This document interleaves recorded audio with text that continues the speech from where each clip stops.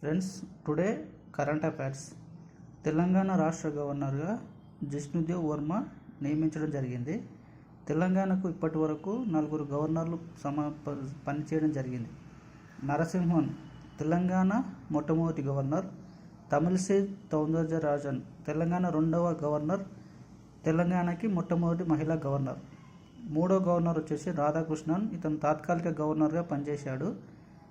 జిష్ణుదేవ్ వర్మ 4వ గవర్నర్గా పనిచేశాడు. యూపీఎస్సీ చైర్పర్సన్గా ప్రీతి సుదన్ నియమితులయ్యారు. ఈమె 1983 బ్యాచ్ ఏపీ క్యాడర్ ఐఏఎస్ అధికారిని. అంగవైకల్యం ధృవీకరణకు కేంద్ర సామాజిక న్యాయం సాధికారత శాఖ కొత్త నిబంధనను రూపొందించడం జరిగింది. దీని ప్రకారం అంగవైకల్యం ధృవీకరణ పత్రం కోసం దరఖాస్తు చేసుకునే వారికి ప్రభుత్వం 4 రకాల కార్డులు జారీ చేయడం జరిగింది.